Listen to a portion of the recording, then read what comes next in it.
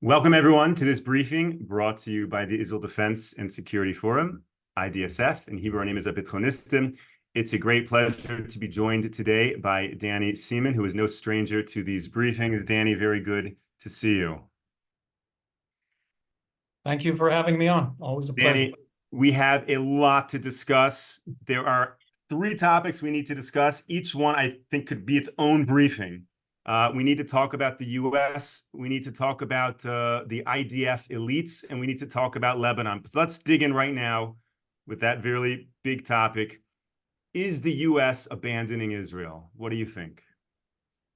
Well, instead of giving an answer, I'll describe what is happening, and I think each person can reach their own conclusions based on how we see the situation developing. It's no secret that there has been tension between Israel and the United States, or at least with the administration. And I stress the administration because the Defense Department in the United States and Senate and Congress have been very outspoken and very clear about their support and their understanding that Israel needs to have a decisive victory here, and there's no two ways about it. This has also been the claim of the administration.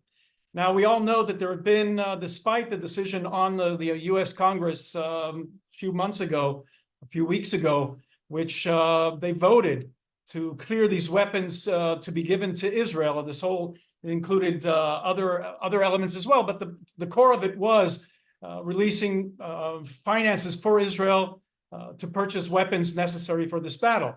Despite Congress doing that, we know that all these weapons have not reached Israel for some reason or another.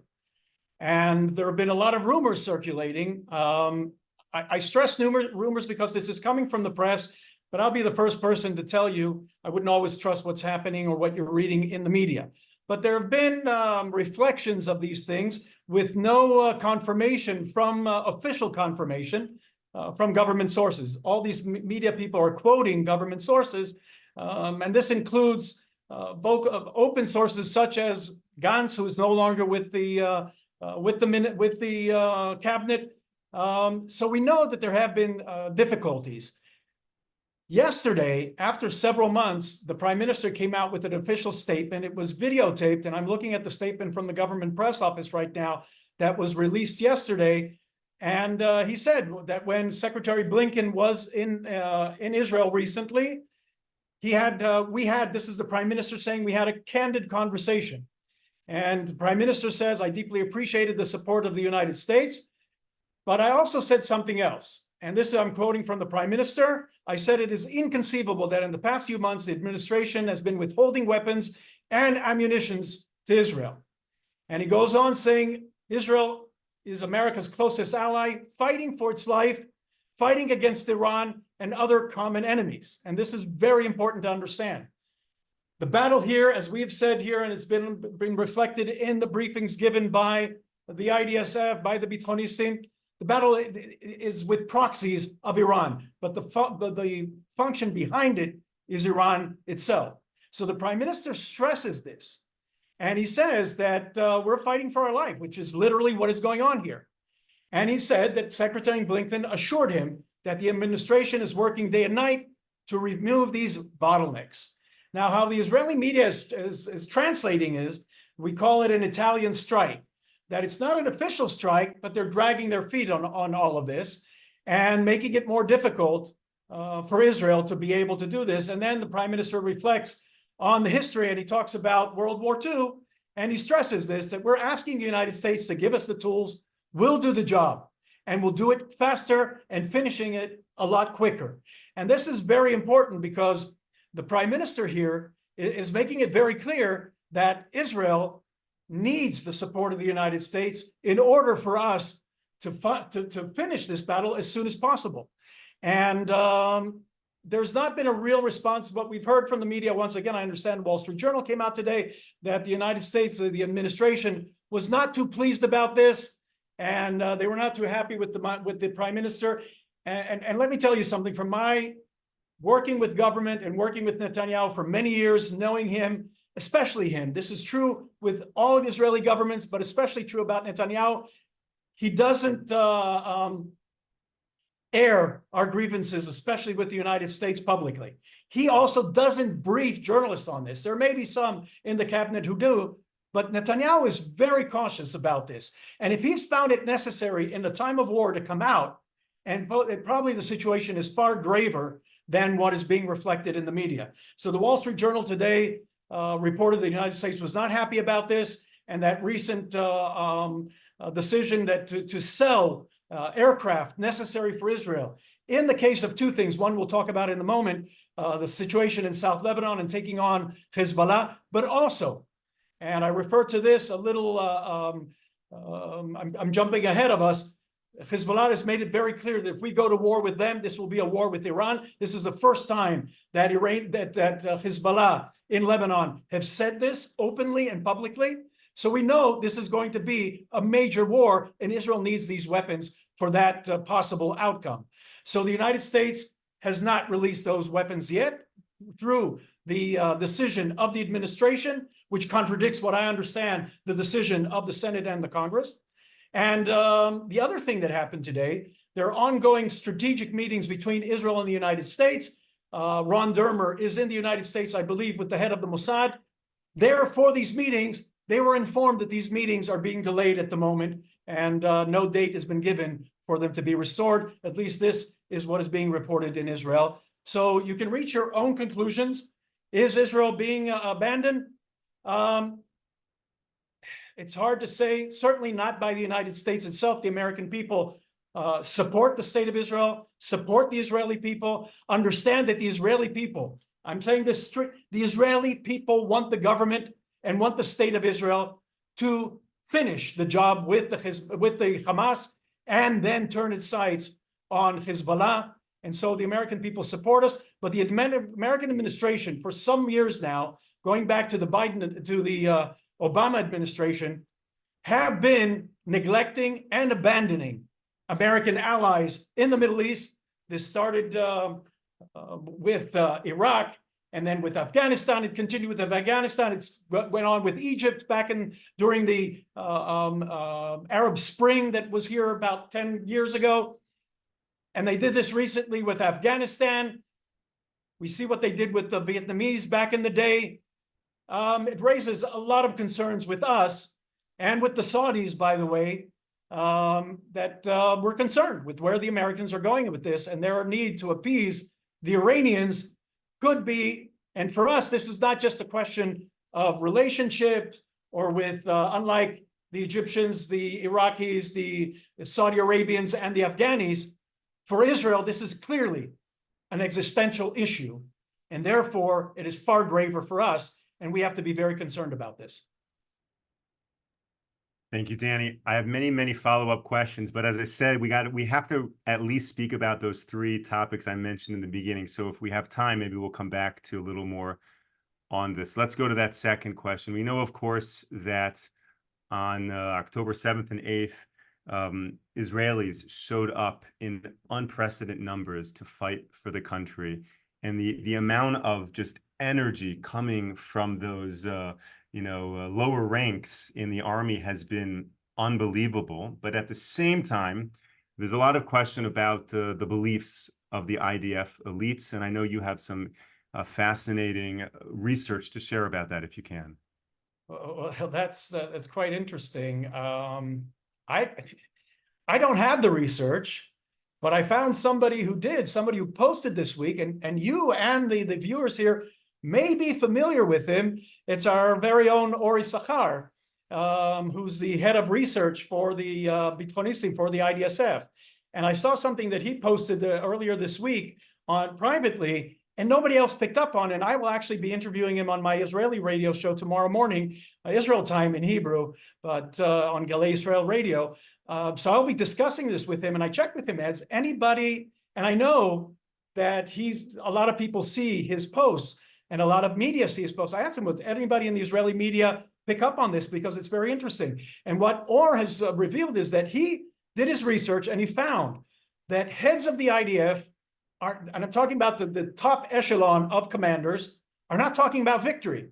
And he says in every one of the statements given by the IDF spokesman himself, Daniel Hagari, the words decisiveness and victory were not mentioned once.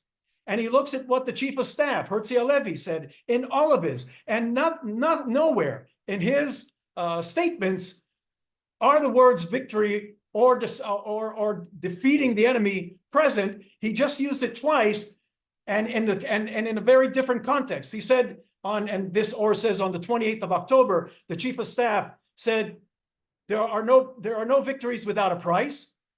And then the other time was he conditioned it that there are two goals that the government wants, which is victory and the destruction of Hamas. So this is quite interesting, and I will be interviewing Or about this tomorrow. So we're seeing, and I know that Amir addressed this earlier this week, that while every soldier in the battlefield, every soldier that comes home, I know this from personal, with friends of mine, and certainly with my family, with my son, and other people that I know, and any Israeli can tell you that the soldiers in the field, up until the level of brigadier general, who are running the battle in the field itself, they're all very focused on having victory and understand the necessity of this.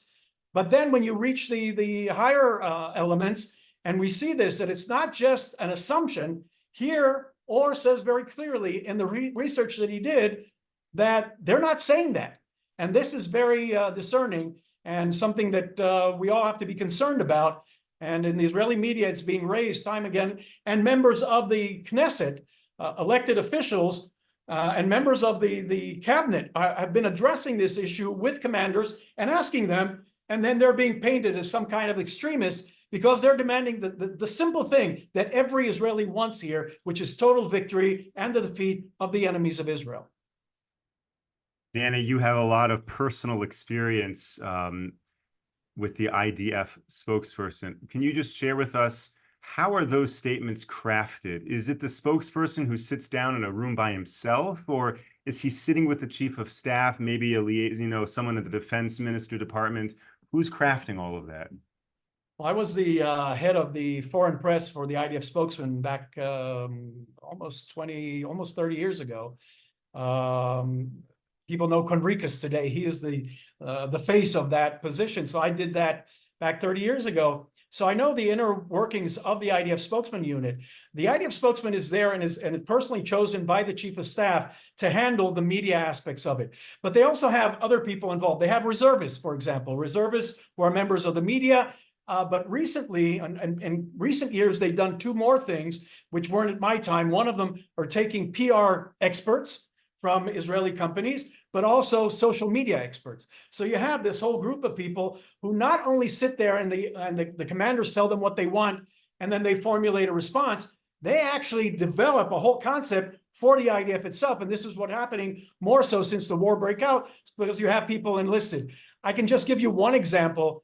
From back over 30 years ago, during the 25 years ago, during the Intifada, you had a situation which was known to the people as the El Dura case. El Dura case, which was Israel was accused of killing an Arab boy in Gaza that was behind the barrels, and this became an infamous blood libel against the state of Israel. What I later found out was that the IDF was approached by the head of France Television, who were the ones who released this footage, and the head of the France 2 television, who was a member of the IDF reserves. He is the one who called the IDF, told them, and he wasn't present on location. And I'm telling you, all these things were proven in the court of law in Israel. He was never present there, yet he said to the IDF, don't take responsibility for this, don't deny it. And this thing makes us look bad, apologize for this incident, which the Israel Defense Forces did at the time. So using these exterior personnel, such as members of the media who are reservists or heads of PR companies, doesn't always work to the benefit of the IDF. And sometimes it is in contradiction to what the government, who are the ones responsible for the IDF, because somehow we have this debate here in Israel that for some reason heads of the military seem to think that they're running the country and not the government itself. By the way, if you look at it historically, and I've mentioned this on Israeli television, the same kind of problem that Lincoln had with commanders of the North back in the day with McClellan, until he replaced him, and just hinting to what Netanyahu needs to do here in Israel. Thank you for that clarity. Let's now go to another topic. Does the foreign press understand that we are on the brink of war with Hezbollah? Because it's really not being reported widely outside of Israeli press. I know this has been a topic that has been addressed several times by your briefings here and by members of the IDSF. So I can only, those listening to us know what is going on. Unfortunately, most people don't delve into the details of what is happening. On October 7th and the day after October, on October 8th, Israel withdrew the entire population of a 5-kilometer stretch of the north of Israel, withdrawing all the population from those areas. So we've had displaced Israelis, just like we had in the south. About 80 to 100,000 Israelis in the north of Israel. Over 20,000 Israelis themselves just left, understanding the threat and the danger going on in that area. So we had over 100,000 Israelis from the north displaced. Nobody mentions that. Living in hotels and living in the country does the most that it can to assist them. And I'm sure some of the people listening in and viewing us here have also contributed to these families in hotels around Israel. But this goes on. We're over 8 months now that Israelis have been displaced. And it's not just that they moved out of there. While we're conducting the battle in the south of Israel with Gaza, and many of the Israelis have been able to go back, though, by the way, just now at 5 o'clock, there was an attack, a missile attack from Gaza against the communities. I wasn't able to see all of the details, but to the area around the Gaza Strip, the same communities that were assaulted on October 7th were now, I don't know if they were hit, but there were missiles fired in their direction, and they had to go to their shelters once again. So the battle in Gaza is not over, yet it's much more comfortable there now for Israelis, because we know there's no immediate threat as we have in the north of Israel, that the Hezbollah, in violation of UN resolutions, which we're always told about the UN and how we have to make some kind of international arrangement. Well, Israel did that after the war in the Lebanon nearly 20 years ago. And yet, despite the violations by Hezbollah, who run Lebanon, so these are Lebanese violations of UN Resolution 1701, nobody's saying a word about that. So it's not that the media don't know what's going on. They know what's going on. They live here. They experience it. They've been there. They're not reporting it, and they're not informing the public like they're supposed to. But this is nothing new. This is something I've dealt with over years and over during my time with the government. These are things that have been addressed by Israeli government, saying that you are being misinformed, not only uninformed, but misinformed by the media here. Now, in this case, it's far more dramatic, because we know that the international outcry against Israel and how Israel is being presented in a very warped way with the battle in Gaza, despite being assaulted, despite their holding on to Israeli hostages. And even when we try to release those hostages, we're damned if we do, damned if we don't. So if we turn our sights, which we're eventually going to have to do, against Hezbollah and fight them in Lebanon, everybody's going to turn now. Why is Israel suddenly attacking? Here again, another example of Israeli aggression. No, we have been taking countless missiles. Just today, there was 3 separate attacks against Israel. Yesterday, Hezbollah released footage. And I've said this before, when we've had soldiers killed in the north of Israel, these were usually locations where soldiers were being organized and concentrated for their reserve duty. Suddenly, these places, how did the Hezbollah know about the exact location in a particular place? How did they know about this? We have spies inside of Israel that are assisting the Hezbollah and giving them information. And yesterday, they released footage of a drone in Israel traveling over Haifa, identifying military locations there. So we're dealing with these problems right now, and with countless attacks, and with fires that are going on, with the homes that are being destroyed. The north of Israel is being attacked daily. Now, and sometimes we respond to this, but not in the way that we can and that we will once we turn our attention to the north of Israel. But the people here have to know and have to understand and have to demand that their media present them with all the facts and not paint a picture that serves their political position. For sure. And I want to thank all of our viewers who are tuning in, all of our supporters. We very much appreciate it. A number of people in the chat are asking for more details and clarity on this issue of the IDF elites and their failure to talk about victory. So I'll just point to everyone. On Monday's briefing we did this week, General Avivi spoke about that issue. So if you missed Monday's briefing, you can view it on our YouTube channel. And General Avivi really touched significantly on that topic. And we're going to bring it up again tomorrow also, when we talk about a very important program that we're building out to try to solve this problem. So if you want more information on that, or Yisachar research, you can look at the link I just posted with what he wrote in Hebrew. You can refer to what we spoke about this past Monday, or you can tune in tomorrow's briefing. Danny, we have time for a question or two. So let me ask you, the lack of Lebanon and Hezbollah in the foreign press, what could that do in terms of U.S. support for Israel should there be a full-fledged war in Lebanon, in the sense that the U.S. would be caught off guard, so to speak, that there's all of a sudden a war and they knew nothing about it because the foreign press failed to report it? The American public may not, or those who just listen to the media in the United States may not be aware of this, but the American administration very much is. And they made it very clear to Israel that they don't want us to take measures. And it sort of fit in with our goals at the moment. Israel is focusing on Hamas. That was the greatest threat to Israel. And right now, it's not enough that we are there, taken over Gaza, and defeated the forces. We have to annihilate completely the presence of Hamas in the Gaza Strip. There are no two ways about it. Because as you saw, just I mentioned a moment ago, missiles are still, we cannot go back to the situation. We will never have another opportunity to go back into Gaza as we have at the moment. And we're already there. And we paid a huge price with this. And the Israeli public, who for 20 years have been demanding, every time we had these skirmishes, had demanded of the Israeli government to finish the job.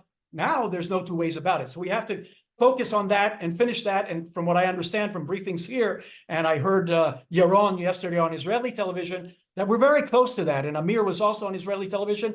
We're very close to that option of finishing the job in Gaza, at least the initial job. Then we're going to have to take care of the details. We're going to take months. But then we can move our focus to the north of Israel, where the threat there is even greater, as I mentioned.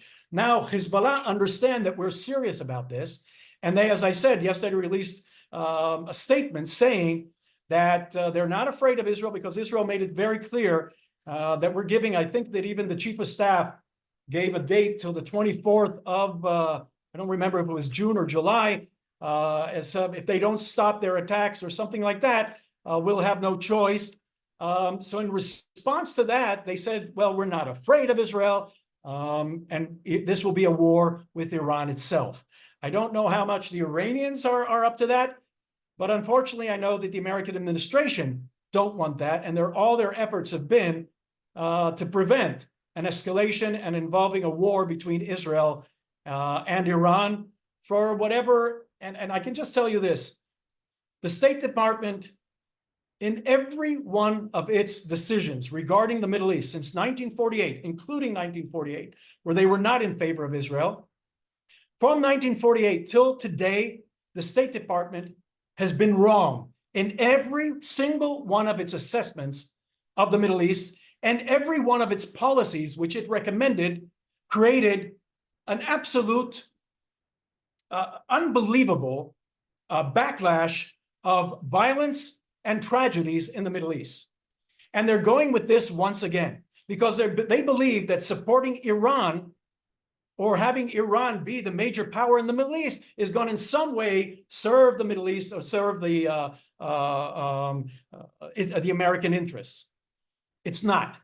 It's not. Unfortunately, the Americans have too much at stake with the greatest supporter of Jihad Islam, which is Qatar. Qatar are the funders of the Muslim Brotherhood. Qatar are also the funders of American universities. And we see what they're doing and what they're engaged in. They want world jihad. And that's something that the Western world cannot accept. So if the Americans believe, or the State Department believes, that in some way cultivating a relationship through Qatar with Iran is going to benefit Western interests, it's wrong. Now, once again, for Israel, this is not a question of policies. If it succeeds, if it doesn't succeed, we can't pull out our forces. We can't leave with these aircraft and let the people run behind us and desert them. We're talking about our lives here. For us, there's no other option. And we had sooner, the better for us is to take on Iran, because Iran is tried through proxies, and we know they're behind this. So eventually, it's going to have to be a conflict first with the Hezbollah, who are the forces on the ground for Iran. And the Iranians may get involved at that point, but they have to understand, yes, we're the first target, but their goal is not Israel. We're just the proximity. As they say themselves, there's the little Satan, which is us, Israel, and it's the great Satan to then the Western world, which is represented by the United States. Don't forget that. Thank you, Danny, for all of that. I want to ask you one final question, and you may have just said it, and you could say, Moshe, I just answered that. Let's move on. But, you know, many of our listeners right now, our viewers, are keyboard warriors. They're very active in their own communities, pushing out pro-Israel ideas. How do we get ahead of a war with Hezbollah in terms of the messaging sent out? Is the focus that people should talk to their elected officials and their local media? Is the focus Iran? Is the focus Hezbollah? What is the focus in terms of sending a message to preempt all the negative messages that would start once there is a war? Well, no, it's informing people. As I said before, this is like a tic-tac-toe game. There are the X's and the O's. That's our arguments, their arguments. Most people aren't engaged in that. You don't want to complicate things too much. So we have to focus on the fact on Lebanon. Lebanon is run by Hezbollah. This is not Hezbollah against Israel. Hezbollah is the political party which is basically in charge of Lebanon and determining what will happen. And they've been attacking Israel. And this, again, it is in violation of a UN resolution, which they're the ones who violated. UN Resolution 1701 stopped the previous Lebanon war. And we had promises from France and from the United States and from the UN General and from the UN Security Council that this will end the war. And Hezbollah have been the ones who violated it. We didn't turn our attention, and we didn't fire a single shot on October 7th towards Lebanon. The Lebanese, through Hezbollah forces, are the ones who did it with us. And so far, we've restrained ourselves with the response there. So people have to understand that Lebanon, with Hezbollah forces, have been attacking Israel since October 7th. And people should not be surprised if Israel turns its attention eventually to them, because it's not been one missile or two. It has been hundreds and thousands of missiles almost daily since October 7th until just this morning. And that's what they have to demand that the media report about.